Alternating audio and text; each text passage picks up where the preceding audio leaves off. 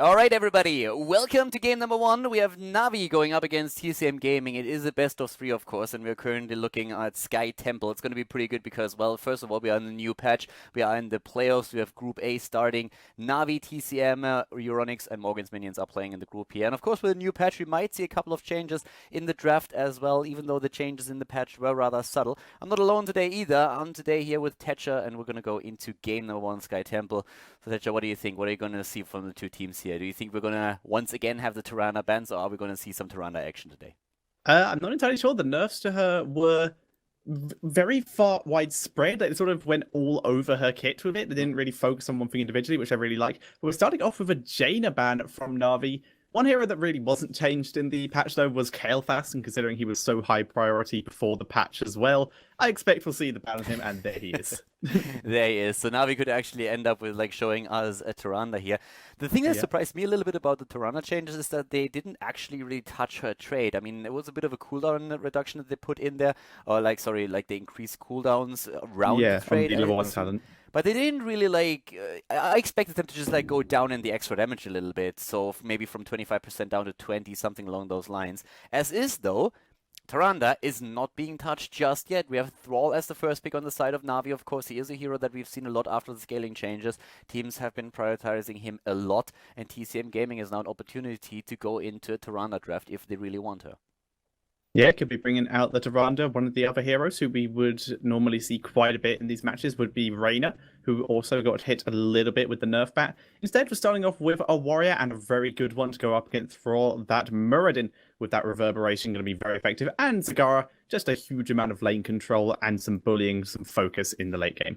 Zagara, of course, still absolutely amazing on this map. We see her oftentimes also in Dragonshire and here on Sky Temple. It's most of the time the bot lane where she is dominating and trying to just set up the creep. It helps with the second tower phase and with the second temple phase. And first of all, you can of course always try to get a tower down early on in the game.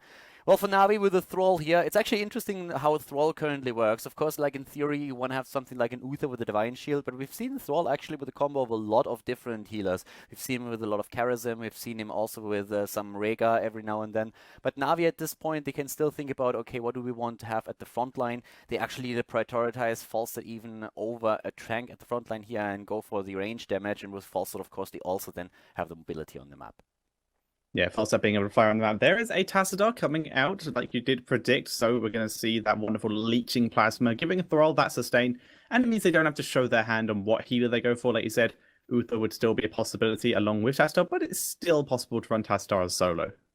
Yeah, the interesting thing is actually that there's a couple of teams out there that currently prioritize Tassadar so highly that they play him solo nearly every game, and he's even target banned against them. The Sandwich Monkeys, for example, the team around BKB and ADRD, they really love to play Tassadar as a solo support with a preload of the shields after level 7 in Kala's Embrace. It's very, very powerful. You can, of course, always argue that with Thrall you would like to have a bit more heal and burst heal as well, but then again, he has his own self-sustain that really helps him in those situations where he's trying to go in completely. But right now, Tassadar, definitely a good setup, and also a very good pick against Zagara, because with Oracle, or even just using Mental Acuity on level 4, if you want to overdo it a little bit, you could actually try to take all of those creep tumors down and just limit the vision of TCM a little bit. That is very true. Getting rid of those creep tumors would be very useful. He also has just a nice AoE clear ability, so you can even leave him in the lane with Zagara, or at least help de-push the kind of push potential she does get out of her kit. There's the ETC ban from TCM. It makes a lot of sense. NaVi still have potential to bring out the Uther ETC combo as their last two picks, so it makes a lot of sense. Yeah, personally, I really think they are running it with the Tassadar solo. I also feel like if you go for a second healer next to Tassadar, that Uther is maybe even a little bit overkill. Normally, it's them trying to just get a bit more utility in. So Tyrande, for example, would be a good utility hero that has also healed. She's probably the hero that we see the most with Tassadar if a team decides to not play Tassadar solo, but in a double support function. Sonya being banned out now as well, and TCM with the Muradin already said they can still think about adding that Tyrande if they want to, and attempt of course to just get that stun lock combo down again. So far we have on the side of NaVi only a support that does not have cleanse, and therefore the stun comp is still completely viable and possible here, and indeed they did go for her. Yeah, so bringing out the Tyrande, like we said, she did get the nerfs, including one to her stun, but she's still able to follow up on the combo with the good old vulnerable stun. Still very effective, and the fact we're still seeing her in the games means it was a fairly good change by Blizzard. Yeah, so Tyrande still being picked here.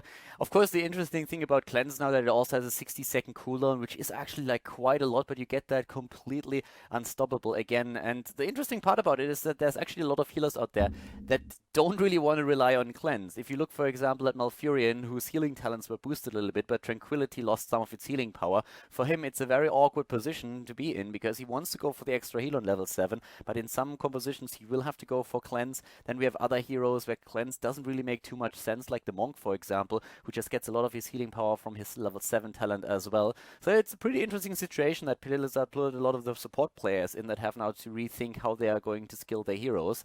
In this case, though, we have Tassadar already taken as a support. TCM is actually trying to get a bit more damage in this case. It's Reyna that they're relying upon, and for Navi, of course, what we still need here is one of the frontliners. So far, they haven't really picked a tank yet. Yeah, they definitely need a warrior. ETC already removed. There is the Stitches coming in for Navi here. And the only person on TCM with actually a, in general, personal escape is Muradin. So that could be a very interesting pick. They have the Thrall for the root follow-up, and there's still the potential for them to pick the Uther for the extra stun follow-up on that if they don't want to run Tassadar as their solo support. Stitches is actually getting a lot more popular in scrims as well, so the teams are currently playing him quite a bit. Even before the changes, Stitches was already one of those heroes who started to come back into the meta, which is absolutely, it's super interesting. I think it's incredible because Stitches games are always a lot of fun. What is still a little bit missing for Navi, I mean, after Stitch's hook, it's always the question of, okay, how do you lock the target down? You have, of course, the Wolves on Thrall, so you can try to use that. But besides that, they are really lacking a lockdown. They don't have a lot of stuns. They don't really have a lot of things that enables them to put a target into place. Tenderizer and Stitches can, of course, always help to slow a target down a little bit. But I'm wondering if they are maybe adding another frontliner here. Nope, they don't. They go for Sylvanas instead. So they have damage, but they don't really have a lot of lockdown or stuns that they could use against TCM Gaming. So pretty interesting composition that they're actually playing here.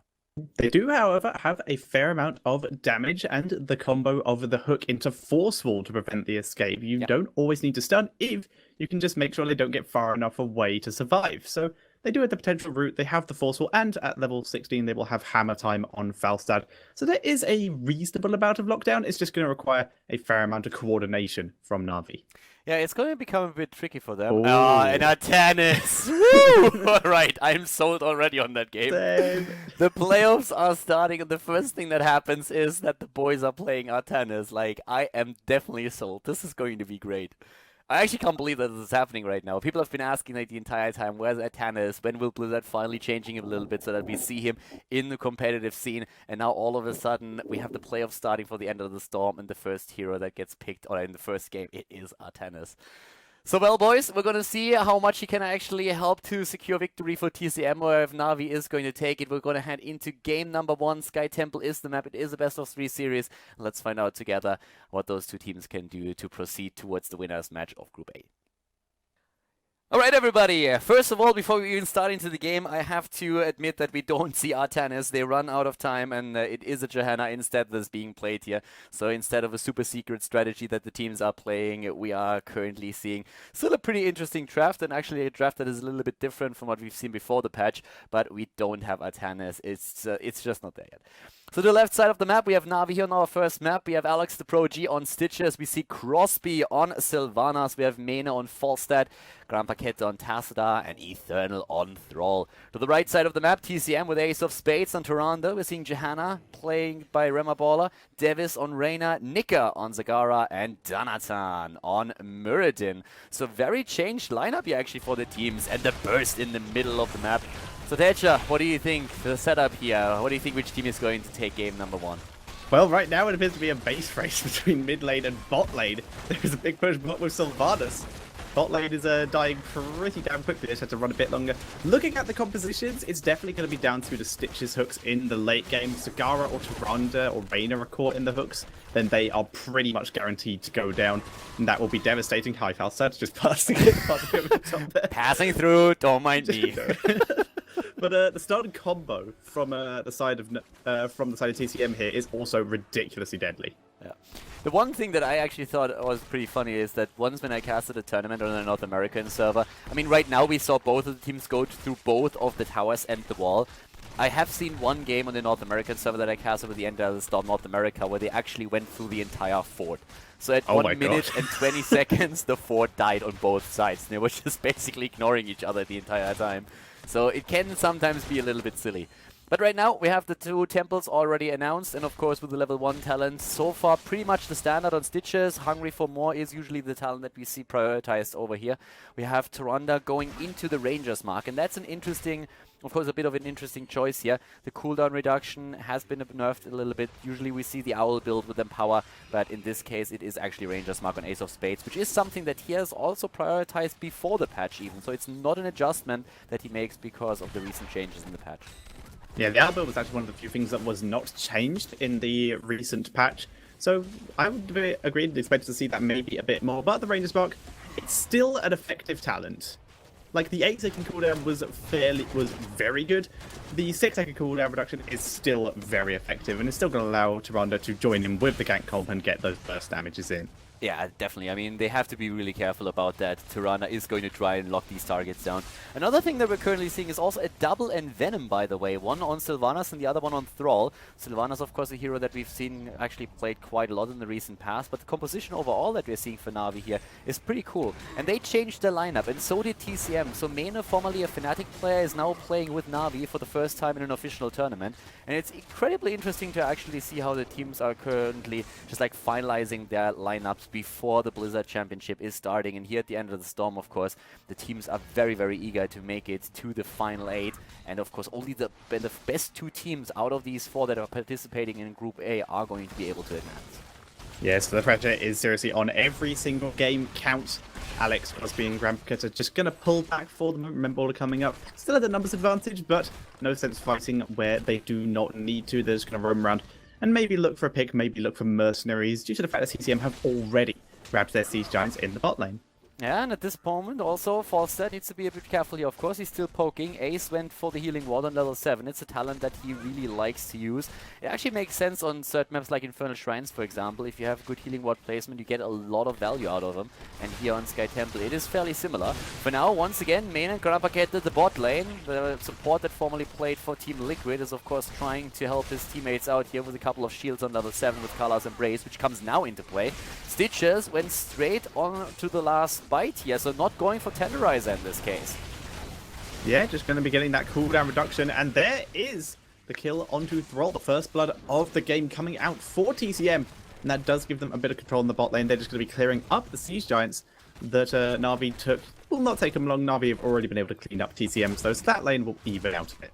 Yeah, so Green Jesus, the first kill in the game. We have at the same time now the level 7 talents coming to play for both of them. And Rapid Incubation has been chosen by Zagara, which is going to give her incredible lane presence. Nika, a former G2 esports player, is currently running here for TCM with Zagara on the map. And Rapid Incubation alone is going to give him so much sustain here, especially, of course, when it comes to the mana. It's an incredible talent if you want to spend as much time as possible on the lane. And that is something that he's going to try and do, of course, so that he can just like push these lanes even more. Crosby and Eternal are taking the camp. Good timing for them. The same happens also to the right side of the map, where we see TCM with Rema Baller and Nika going also for the Bruiser camp here, as the temple was already announced and is now spawning at the bottom of the map.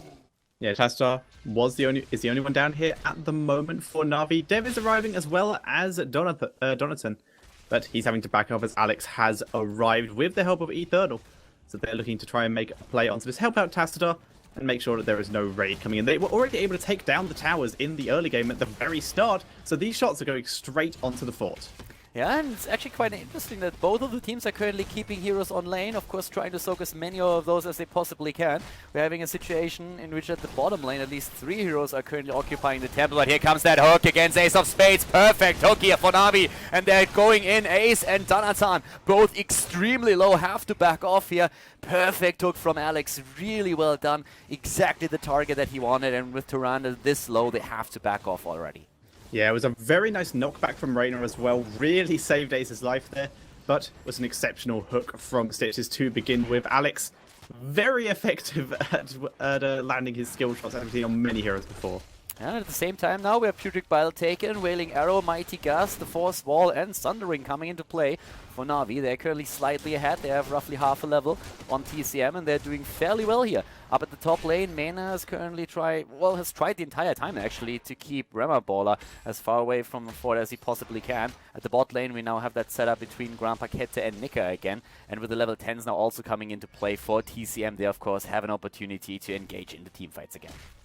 Yeah, Alex popping up here, just making sure he got the globe, and while staying mounted is now going to come down to help his team grab control of the watchtower. Hook just missing Johanna there. But even if they had hit Johanna, it's one of the few heroes who would have been able to get out of that situation. And a bit of a demount there coming in from Tyrande. Yeah, with the rapid incubation down to the bot lane, Nika is still busy. He's going straight for the next Siege Giants, trying of course to put some pressure onto the bot lane. As we are seeing mostly at the top, a few players of TCM trying to make sure that the fort here is secured. The level 10 talents that we're seeing on the side of the red team, we're having, of course, first of all, Blessed Shield, Hyperion, more Avatar, and also Shadowstalk being used. So roughly the same talents that we saw before the patch. The patch was very subtle in the way that was trying to change the meta here, and Blizzard not trying really to do too much here, and not trying to go overboard with things. But so far, both of the teams actually looking pretty good here. We still have only one kill in the game, by the way. Yeah, still only one kill for now, but looks like Na'Vi are looking to try and change that, moving in, taking control of the bot lane. We see a lot of members of TCM hanging around this area, so a potential hook from Alex could get a very easy kill. But they're looking to make the risk here and going for a very early boss. They do have Force Wall, they do have Hook to try and grab anyone who tries to intercept this. And they have the balls of steel, to be honest with you, going for boss in this situation. Same amount of heroes on the map and the same talent.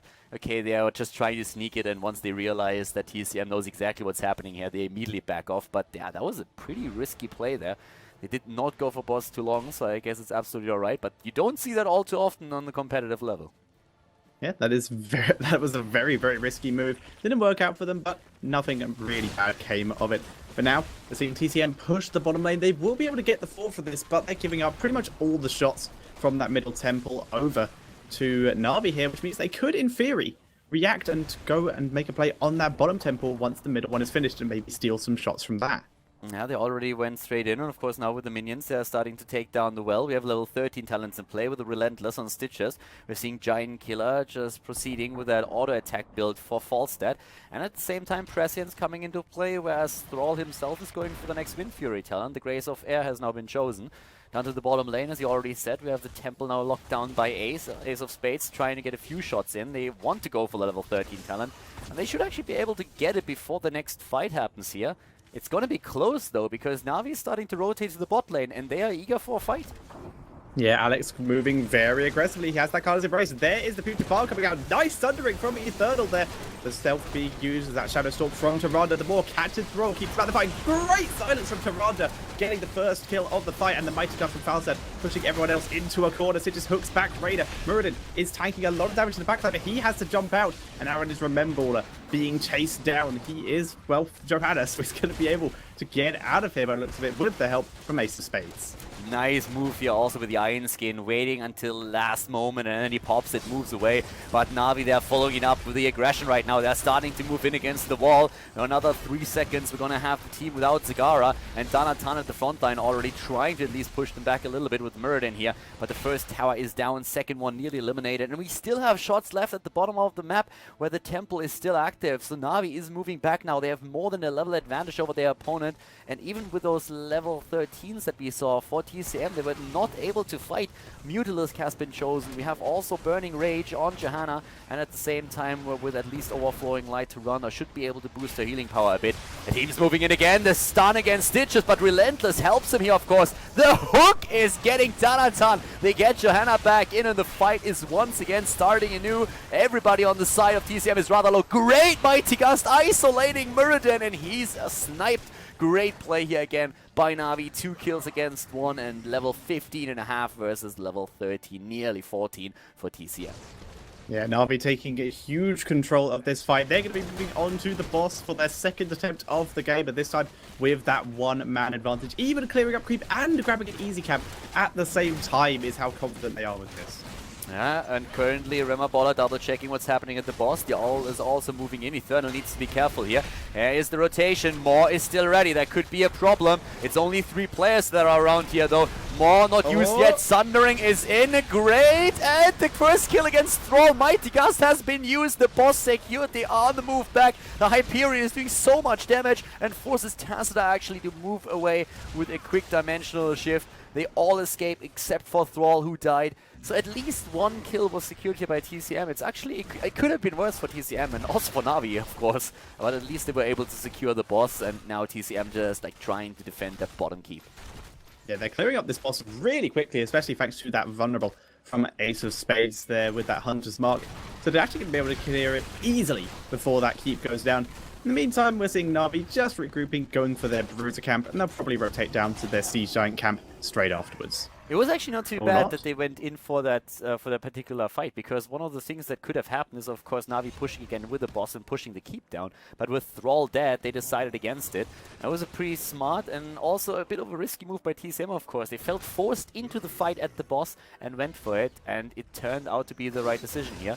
But for now, we have Camp stolen again on the map. The level 16 talents are, of course, incredibly powerful for NaVi now, and we are still seeing TCM trying to secure themselves some experience to catch up and get the next talent.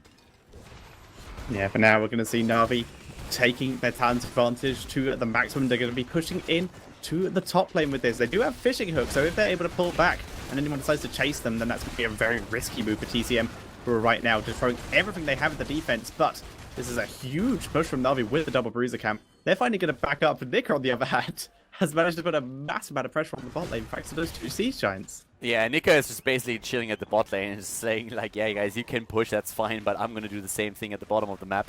Mena is now moving in and is helping out here. We have finally both of the teams on level 16, and Reyna goes even for more damage. Like he just said, alright, I'm gonna go for Executioner here. We have a couple of slows and stun, and let's put some more damage onto the table here, especially of course against that solo tank setup with Stitch just getting more and more hit points here. So that's definitely going to help Reyna to get the damage out. But the hook again! And this time Tyrande is out of luck. Down she goes. Ace is dead. Great hook by Alex, having the patience to wait for Tyrande to expose herself a bit. And down she goes. Eternal still trying to follow it up. They go for Muradin, Sundering in play, and the kill against the tank at the front line. Yeah, very nice more from Zagara, but it comes a little bit too late. There is no follow-up to this. So we're going to be seeing TCM backing up. They're going to defend their top lane while NaVi takes control of that temple. And that is going to be a huge amount of damage onto the base of TCM. And it looks like NaVi are going to take advantage of this, go in and at minimum get this middle key. NaVi had to re-qualify through the qualifiers. They were in a great position in the last end of the storm, but they had to re-qualify, and they did with a top position in the standings. And currently, I think this is really the team that we could maybe even expect in the finals. They're incredibly strong. They had very solid performance over the last few weeks, and this could definitely be one of the two teams that we have in the finals. So they are a huge favorite going into this tournament here, especially, of course, in Group A. They had the top seed here. And let's see what they can do. Of course, if they take it here in this best-of-3 series against TCM, they would move forward to the winners match. But for now, we're actually just seeing NaVi back off a little bit. They know that they're still on the same talent. So this is one of those moments where you need to make sure that you're not getting too confident, that you don't overextend, that you realize that your opponent can still turn the game by simply winning one single team fight. Yeah, TCM were literally just trying to catch out any member of NaVi there, despite the fact they didn't have Muradin. They were just trying to catch someone and delay until Muradin arrived so they could try and get a cheeky kill and bring themselves back into it a bit. So NaVi, though, they're not falling for it. They're just playing safe, clearing their lane, staying near their base at this point and waiting for Stitches to do that and try and get a good hook. Yeah, and Alex with his prediction, so here every single time he's getting very, very close, and we already saw him with a few incredible hooks.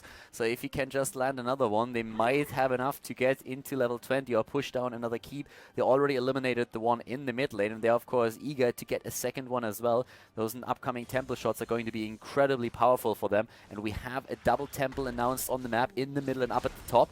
And Alex already seeing, of course, that we have Rema Baller down here at the bot lane. The vision was also granted by the minions, so they know exactly where TCM is, and they're trying to utilize that great force wall here by Grand Paquette. Storm's being used. Muradin in a little bit of trouble. Jumps away. The hook is catching Devis, but Reyna is able to get away at least for now. Yeah, very nice disengage there. And the great Shadow Stalk from Tyrande, giving him that extra chance. So NaVi once again just soaking up, getting their level 20, and they will have it in time for this temple fight, and that is going to make fighting for TTM ridiculously hard. Since they're down to their last 2 keeps, they really need to try and make an effort here. There is that 20 for NaVi, though. Yeah, and with the 20, we now see them also with the epic mount. We have a hardened shield for Stitch. It's going to help a lot. Great hook once again. Oh my god. Alex with a monster hook circling around the other heroes that were trying to protect Reyna. He goes down, and it's again a 5 versus 4. Amazing hooks here. And the force barrier immediately put in place by Tacita to make sure that Reyna can't escape. But there was very little chance of that happening without the Bolt of the Storm that he would, of course, have taken on level 20 if they had the talent already. Oh, that force wall to trap Johanna there. Maynard nearly gets caught out of position because of it, but Alex did a lot of damage trapping Rememballer, but Rememballer able to get out. Zagara was not so lucky, and Rememballer suddenly not being allowed to get out. Another force barrier going down, and he is focused down. Johanna gets away. Not in this case. Force wall is not a CC you can iron skin through. Wow, really, really great play here by NaVi once again. Very controlled in their efforts, and of course, waiting for those hooks, having the patience. Really incredible play here. They take down the next keep. They still have those shrines up, those temples up, and of course, it means if they secure both of them, then this game is over. The top keep is nearly eliminated, and then the only structure that still stands in their way is the core itself. And with Sylvanas now moving up to the top lane, it looks very much like this is going to conclude game 1 between these 2 top teams. TCM, they actually play quite well here, but NaVi is just showcasing currently that they are on a completely different level at this point. Fawcett soaking the last few shots, has to move back. The core already suffering damage on the other hand. And this is all, of course, more or less lights out for TCM. We still have way too many shots left here up at the top side for now. Yeah, the Temple taking the shot. Siege Giants pushing in the bot lane. And this is going to be GG. NaVi not even going for that core dive. They're just making the comfortable decision to stay on that Temple and guarantee the win, and that is going to be GG, and NaVi will take game number 1. Really well played here, and that of course brings in the lead in his first match here at the end of the Storm playoffs.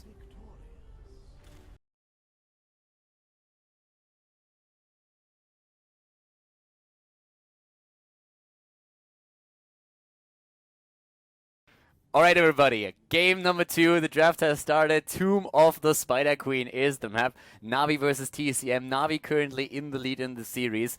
TCM Gaming, they actually chose the map here. They currently have their first pick, and I'm actually a bit curious to see how exactly they're going to draft this year. They're of course down 1 game in the best of 3, so they have to win 2 in a row now if they want to advance to the winners match. If not, we would see them again in the losers match if they can't make it happen here. But TCM has played pretty well on the last map, but of course NaVi, especially with those hooks that we've seen from Alex, a bit too strong there. Once again, I'm of course not alone today. I'm with Tetcher here, and we're gonna bring you the coverage where TCM is banning out Tacita. First of all, just saying, like, solo Tacita not gonna happen again against us. Yeah, the Tacita was very, very strong. Those force walls, really good combo with pretty much everyone. The Thrall was able to deal all his damage. Stitches, it was a follow-up to the hook, worked perfectly. NaVi with the more standard ban of that Kael'thas. And for the second time in a row, we see the Thrall being the first pick, but this time for TCM. Yeah. Another thing that of course works also with the Tacita ban is that suddenly Zagara became a lot more powerful because you just can't counteract her anymore when it comes to creep. You will have to actually use mana for those abilities to take down the creep tumors. Tacita therefore a very interesting ban early on, not only because he's such a strong solo support these days, but also because on Tomb of the Spider Queen in particular, Zagara can be quite powerful with that creep spread, and it's all about getting vision and control over those 2 turn-in spots. So that's going to be incredibly powerful for both of the teams. And NaVi, well, we already know who's going to play Leoric, I suppose. They start with a double tank, Muradin and Leoric, and start to pick a few of those heavy frontliners away from TCM. So Alex the Pro-G is going to play the Undead again. Yeah, running that double tank straight into a Thrall as well. Going to be very strong. Thrall going to have a bit of a hard time. So TCM need to run a good amount of protection. The Johanna, very good start. A bit of CC immunity to push through and give Thrall a bit of a pathway and something to hold up some of those other warriors for a bit. Yeah, and Alex actually adjusting his build a bit when it comes to Leoric. Fealty unto Death is usually the talent that he now takes on level 4 over Hardened Bones when he plays on Tomb of the Spider Queen. We have TCM now with that Johanna Thrall already, so it's actually a pretty beefy tank line that they have at the front. And Jaina, again, prioritized here very early with Kael'thas banned out as the ban of NaVi, so we have that damage, that follow-up that you can just add after you lock a target down, after you use that Condemn, that Blessed Shield, that Wolf. So a very solid setup here for the beginning of the draft for TCM.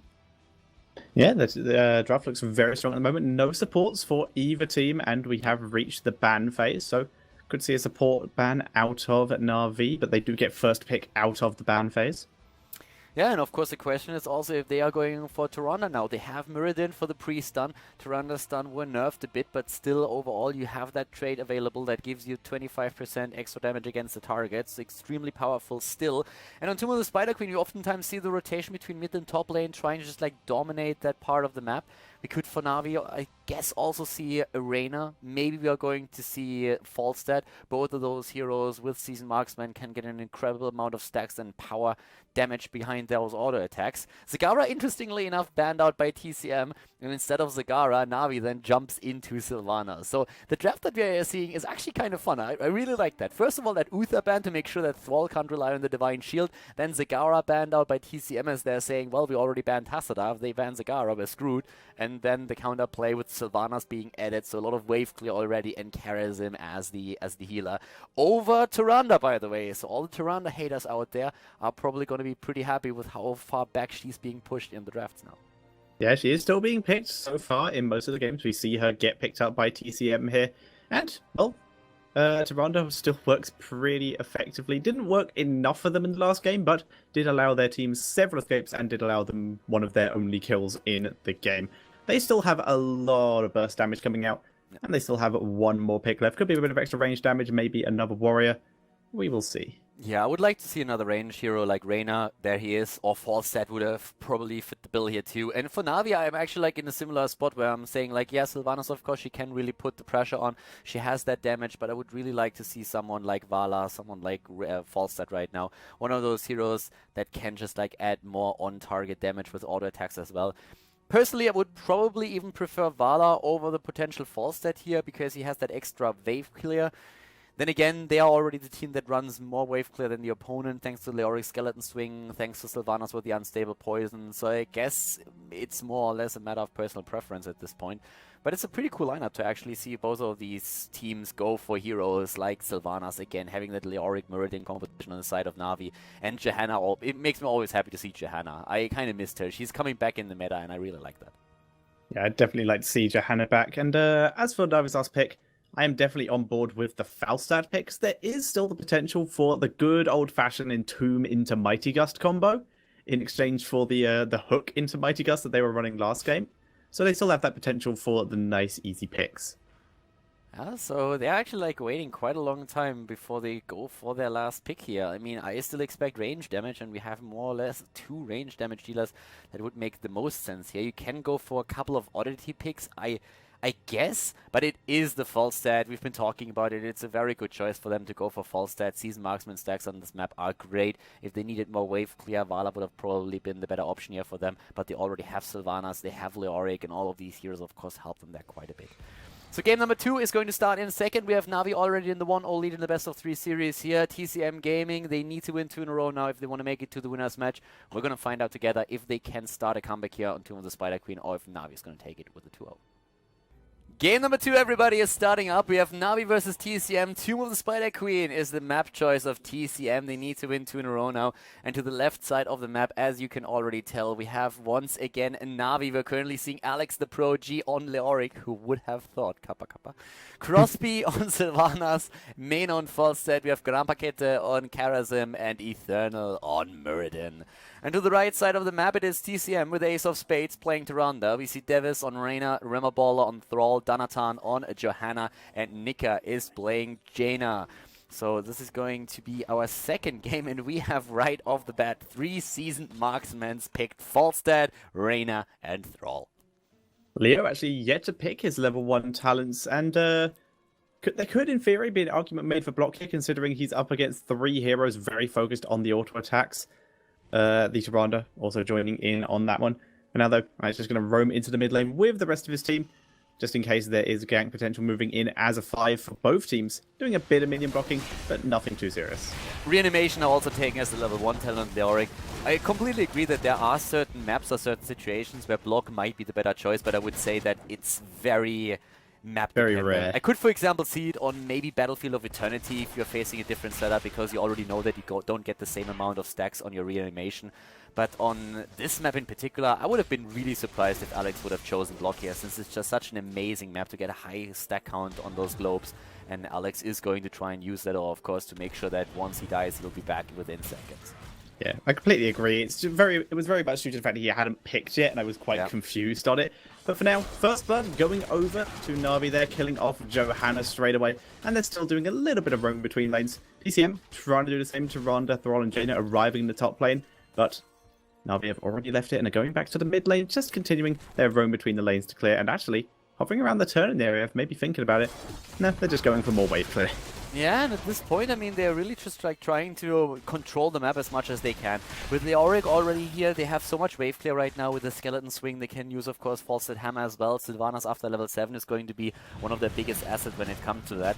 And you can already tell that with the compositions that are being played here, especially the late game for TCM is going to be quite strong with the double season marksman that they're running here. If they're able to get the stacking process going, and currently they are doing a pretty solid job with that, then they should be in a position where it's going to be quite easy for them to get immense damage out in the later stage of the game. And with Muradin and of course Leoric at the front line having a pretty high hit point pool, those seasoned marksmen and also then later on potential giant killers are going to do an incredible amount of damage.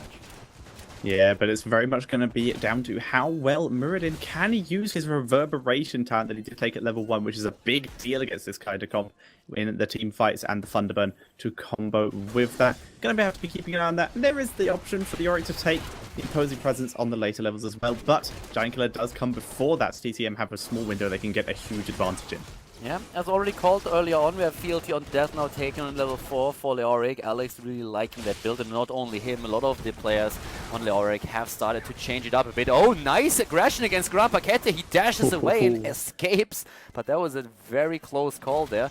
And in the meantime, Alex up at the top is still fighting against Remabola, with now also Eternal Retaliation taken on the map here. And Frost Shards for Jaina. So an adjustment on Jaina. Eternal Retaliation, not the biggest surprise considering the map and the objective. Really helps to keep that Condemn cooldown low. But I like that we are seeing a Frost Shard build again from one of our Jaina players here on the European server.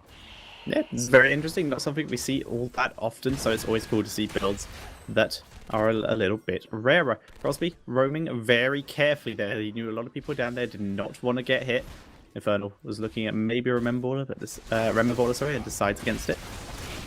Yeah, for now, up at the top lane or in the mid lane, actually we see a little bit of action. You can really tell that... Oh, there's again the focus on Karazim, and he is down. Well played here by TCM. Once again, they start with the first blood in the game. But NaVi were able to pick up all of Karazim's gems here. They do have 41 in their possession, which is easily enough to turn in. But for now, they're just playing a little bit defensively.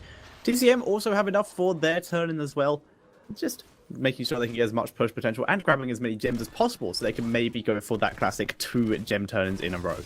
Yeah, at this point also we are seeing Eternal still trying to turn in. He has 26 of those gems, but he's always interrupted and then has to move back. Doesn't want to risk anything here either. We're seeing still up at the top lane, Leoric pushing back Ace in this case. But there's already Devis starting to put some damage in. Remabola with the turn-in attempt. Both of the teams now very, very eager to get the first turn-in completed. And TCM is a bit farther ahead here thanks to the 36 that they already started to turn in earlier. But Muradin is down at the bottom of the turn-in spots. He's going to get rid of his coins. At least 43 of the gems turned in, and up at the top it's still tricky for Remabola to get rid of those 17 that he collected. Yeah, Remabola once again getting interrupted there by Crosby and Alex. Finally, a turn-in coming in for NaVi here. Falstad was able to sneak in his gems in the bottom lane, and that will be the first set of Web Weavers going over to NaVi. Ghastly Reach on level 7 now, both of the teams with the level 7 talents, and after we saw already the Frost Shards taken, it's now the Ice Lands that we see for Jaina, so it's trying to go for those extra PS here. We have also Conviction taken, so a full Condemn dog on the side of Johanna. Bot lane pressured very heavily right now, and once again we are seeing of course the Unstable Poison, one of the most powerful talents on Sylvanas in general for pushing. And she is pushing at the bot lane with a Web Weaver here. They're trying to get a few of the structures down to establish elite in experience. And early level 10 is, of course, the dream for any team here playing on Tomb of the Spider Queen, since you can start to snowball it against your opponent if you achieve it.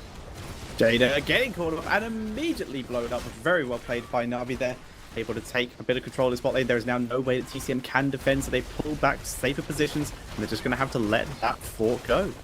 Yeah, they're getting completely wrecked here. Not only did they lose Jaina, they lost the entire fort. And not only that, at the top lane, Alex has been doing so much damage here. Remabol was trying to push him back, but at this point, Na'Vi is in an incredible position. They have level 9 versus level 8, and they don't stop there. They go into the mid lane right now, and with the help of Sylvanas disabling the towers, they snipe one of them and lower the hit points on the second. As long as they can delay a bit longer, they will have level 10 and then dominate. That's why TCM is fighting right now. TCM is trying to rush into a fight before level 10 is reached for Na'Vi. Yeah, Rema almost getting picked off there, was able to pull back, and yeah, they're looking for any opportunity to grab a kill before level 10 is hit, but they don't have the opportunity anymore. They have split up because they have to clear the lanes, and this is going to allow Na'Vi a very easy level 10, and they have only 2 gems left in order to get a second set of turn-ins in terms of their collection, and they've pretty much just picked them off the minion waves, so they can get the lovely 2 turn-ins in a row. Yeah, and at this point we already have level 10s. There they are. Divine Palm, Mighty Gust, Wailing Arrow, the March of the Black King, and Avatar have been chosen for Na'Vi. And with the level 10 ability, they dominate the map right now and can easily turn in those gems. Alex is already on it, and that is going to secure a second turn-in for the team. So the entire idea here is, of course, to snowball it even more. And before the Web Weavers are in play, they already move into the mid lane, destroy not only the tower, but go for the well. And now when the Web Weavers are still down here, we might have level 10s ready for TCM, but they are in such an awkward position right now. If they die, they lose the gems that they have that they need for the turn, and Na'Vi is patiently waiting for the Web Weaver so that they can finally unfold that power that they have with a push, go in, and try to drop a second fort.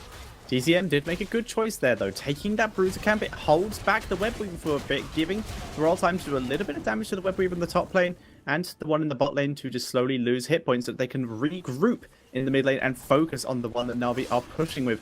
Maybe take a fight now that they have their level 10s as well. Yeah, Shadowstalk, Blessed Shield, Sundering, the Hyperion and Water Elemental can be used in the fight. And already we have Iron Skin popped on Johanna. Remabol is moving in from the top with Sundering, trying to isolate them, not really working out for him. Hyperion had to be used, and we see Na'Vi engaged. They're going straight again for Tyrande, and down she goes. Ace of Spades is dead. And with the help of Sylvanas, the fort in the mid lane eliminated. Web Weaver still pushing the bot and the top lane. And Na'Vi is moving through the middle now, trying to drop the wall here too. They are more than a level ahead by now. And without Tyrande, there's absolutely no way for TCM to fight back. Yeah, they are in serious trouble. Nika just holding back, dropping the odd blizzard or two to try and just shoo the enemy away at this point. But there is nothing he can do about this. And Na'Vi are in a completely comfortable position to roam up and take this fort as well. And that is the last remaining fort for Team TCM here. And now they are pushed all the way back to their keeps. They're moving back to the lanes, though. They want to get them a bit more pushed up so that they can get back into the map and have a bit more map control. So they can maybe eventually make a play on that turn-in, because they have 77 gems. Yeah, they have a lot of those. They just can't use them. And it's 2.5 levels, sorry, 1.5 level that we are seeing Na'Vi ahead now. So they could actually theoretically hit level 13 and then try to do the exact same thing again. And that's exactly why we are currently seeing TCM desperately attempting to get control over one of the turn-in spots, with Thrall getting rid of those gems, or at least trying to, but he just can't pull it off.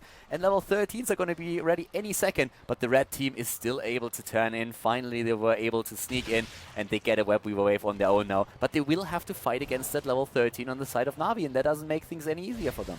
Yeah, Sneaky Johanna in the bot lane did get those in. They're desperately clearing lanes as quick as they can to try and give themselves XP to get themselves to that level 13 as quick as possible, but they're not even level 12 yet.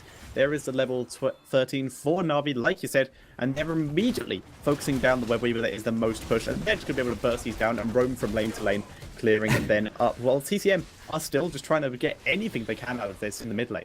Yeah, hi Web Weaver, bye Web Weaver.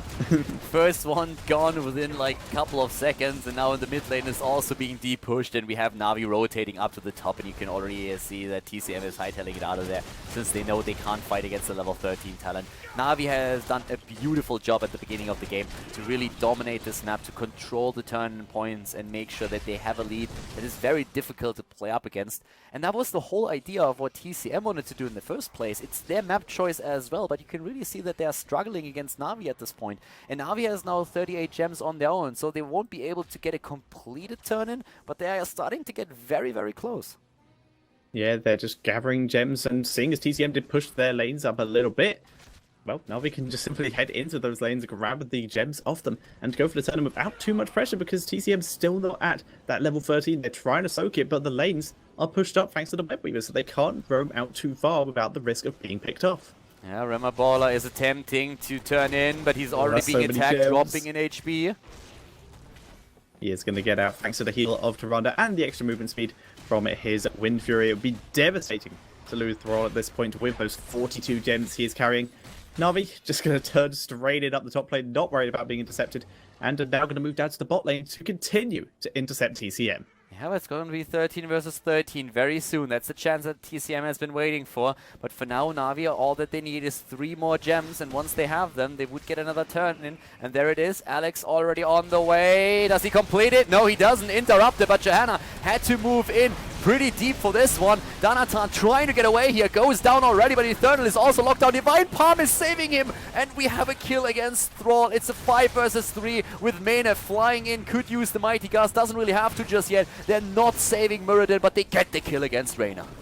Yeah, now everyone else is completely trapped. Mighty Gust of space to make sure there is no escape, and they're able to pick up the full team wipe at only the cost of their own Muradin. It was looking kind of okay when Remaballer dropped an incredible Sundering there, but everything just turned around. Muradin kept alive with that Divine Palm, and that just turned everything on its head.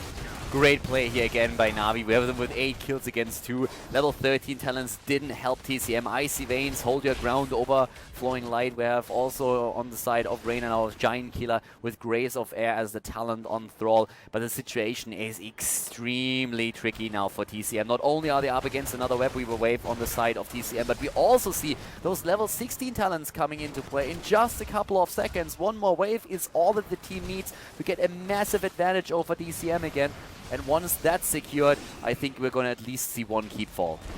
Remaballer coming in from behind, though, with the Sundering. He's trying to get made, but he gets stunned up by Eternal. Sylvanas already bites the dust, though. Leo gonna be joining him. That is 2 kills for TCM already, and they are not done. Johanna with the stun. Mighty Gust from Maida, though, giving his team a bit more leeway. And Eternal stunning up Jonathan, making sure there is no further chase. That was actually perfect timing here. Level 16 drops, and just half a second before the talent could be picked, we are seeing TCM engage. And they are able to get that snipe against Sylvana. She got stunned by the Sundering, and then the follow-up stun by Ace of Spades took her down. Great play here. Now they are still a level behind, of course, and 1 talent, but at least they have a chance to deep push against those Web Weavers, and that's, of course, worth a lot here. They did not lose a keep yet, and that's a saving grace, at least for now. 16 versus 15, and with the 16 talents, we are seeing Cold Embrace take an imposing presence. We have Hammer Time on Falstad. Of course, once again, we're seeing the Circle of Life here for Karazem, and the Stone Form is going to keep Muradin alive during these fights. All that TCM has to do now is get level 16 themselves and then maybe try to go for a turn-in. They have a lot of gems still. They are still on 32, so if they can get another turn-in, maybe that's the opportunity that they need to finally take a few structures down and close that gap in EXP. Yeah, and we're definitely not going to be seeing another one of those chain turn-ins from Na'Vi as they've been getting all game because they lost a couple members and a fair amount of gems during that last fight, and because they were pushing and weren't able to do that much because they were trying to siege the base, they weren't able to pick up too many gems while the Web Weavers were active either. So not getting too much from this for now, they're just having to try and take control of the lanes again. Yeah, Danatan already popped Iron Skin. Nice. Using Blessed Shield to get away, but he might not be so lucky. Alex is already moving in. They lock him down, and Johanna is eliminated. Great kill here, of course, losing another couple of gems once again. And you can already tell that the immediate reaction of the team in blue is to go straight for the boss. They move up. The Owl is in. But I highly doubt that we are going to see TCM fight over this. They have Sundering, but, well, they don't really have too many ults that they can use in this case. Sundering and Hyperion could do a whole lot of damage, though, to be fair. And they have the level 16 now, but it's already too late. Yeah, they were thinking about moving in there by the looks of it, but not worth the risk. Instead, just going to move down to the mid and bot lane to clear up the mercenary camps. There is a Bruiser camp in the mid lane, but Na'Vi coming down to protect us. Well, I say a Bruiser camp, just the wizard surviving. So instead, just clearing up the Siege Giant camp in the bot lane, but then they really need to rotate up the top quickly, because the boss and the entire team of Na'Vi have arrived. Yeah, the boss is there, and of course with Sylvanas you can get so much value out of it. She's already disabling with the Shadow Dagger what's going on there, and it's a very, very powerful move here for Na'Vi. Level 16 also on the side of TCM now, so that definitely helps, but they can't prevent the keep time. Nice escape also by Crosby with a Haunting Wave. Last moment before that stun of Ace would have hit and potentially taken down Sylvanas then. And the bot lane is still being pushed. We are seeing the remainers of one of those siege camps starting to do a bit of damage against the keep, draining ammunition. Mid lane is being attacked. Boss already on the way to the core, scratching the shields. And they move back the stun though, but Leoric with the Wraith Walk is escaping. Yeah, they are pulling back. Danison mounting up. Looks like they want to go for the chase. There's the route into the stun. Remember Baller versus Eternal, but that allows Danison to catch up. Here comes the Water Elemental to try and solo Grand Paqueta. Grand Paqueta getting focused, dashes away. Nice silence from Crosby onto the backline. Danison still chasing here, but everyone from NaVi is able to get out. And there's the Mighty Gust to secure the escape. A great Divine Palm, and then the escape of Karazim himself. Grand Paquete once again just showcasing his skills here. Alex is now attempting to turn in, and they have, well, they're not quite on the amount of gems that they need, but they're extremely close, and they already destroyed, of course, one of the keeps. The one in the mid lane is nearly eliminated, and the one at the bottom lane also suffered a few hit point losses. So overall, a great play here by NaVi again, but TCM is doing whatever they can to somehow come back into this game. Yeah, they've been since they hit their level 13s and now their 60s, they've been putting a lot of pressure onto NaVi. They're not trying desperately to not let them snowball any further. They're just trying to seek out any advantage that they can to try and turn this game around. They know Eternal's in the bush. Remabolo going a bit too far forward here, but everyone's gone around through the bot lane as opposed to that jungle area, so they're not going to be able to punish him. Yeah, one of the problems, of course, that TCM still has is that they still didn't really take down any structures. All of the forts for NaVi are alive. Of course, it also means that there's a lot of experience to be had if you get some momentum. If you win one team fight, you can really start taking down forts and secure yourself a lot of EXP. But it also means that they won't have a chance of ending the game early and maybe pushing for keep or core. So right now, they just wait for an opportunity. Level 19 versus level 17, nearly 18. Teams are still rotating around. Stormbolt against Johanna. Nanatan is moving straight to the turn-in spot again though. And Leoric losing a lot of hit points. Here comes the Sundering. They want both of them. Karazim is about to die. He's trying to escape, not locked down. Gets away at least for now, but Remaballer is attempting to follow it up. He just can't make it happen. Although, oh, Jaina, Divine Palm here. Grand Paquete moving away and actually escaping, but that was a close call. Eternal coming in for the punishment, though, due to the fact that TCM rode so far forwards. But TCM able to back up here, and Alex the only person to go down in this fight. And what we're seeing here is TCM trying to use the one advantage they have in this game, and that is the double season marksmen. The longer this game goes on, the stronger they're going to get. Here comes the silence, catches two members here, and down goes Thrall straight away. Ace getting focused, does try to protect him, but Falstad. There's the Mighty Gust. Catches everyone except for Danison. Deviz and Jada dying in the background, and Danison just being slowly killed off by Falstad. Ace, the only one who survives for now. He actually gets away here, but it's level 20 now, and of course at this point NaVi doesn't even stop anymore. They go straight for the keep and then for core. At this point we have them with Nexus Frenzy, Peaceful Repose. They also have on Mirrodin again, Rewind. They're just going for the kill, and this is going to be a 2-0 victory for NaVi after a great final team fight in the middle. The level 20 abilities helping them out here, of course, as well. This is NaVi moving on to the winners match of Group A here at the end of the Storm Euro playoffs. Good job and well played by NaVi. Congratulations. Okay, everybody, that's it for the day. We had some really fun games here, and I hope that you enjoyed them and also the commentary. Of course, we're going to have more Heroes of the Storm action on the channel in the near future. So if you enjoy the esports scene, Heroes of the Storm, make sure that you hit that subscribe button on Khaldor TV and also like the video if you haven't done that yet already. There's going to be more European games. We're going to have more North American matches as well. And of course, if you're interested in the Chinese Heroes of the Storm esports scene, I'm going to have more games on the channel as well in the near future as those leagues start again. At the same time, though, if you have friends that are also interested in esports and in Heroes of the Storm, make sure that you forward the channel to them and share it with them. It was a pleasure casting for you today, guys. I hope that you enjoyed, as I already mentioned, and I hope to see you next time for more Heroes of the Storm action here on Khaldor TV. See you guys soon. Have a great day. Bye-bye.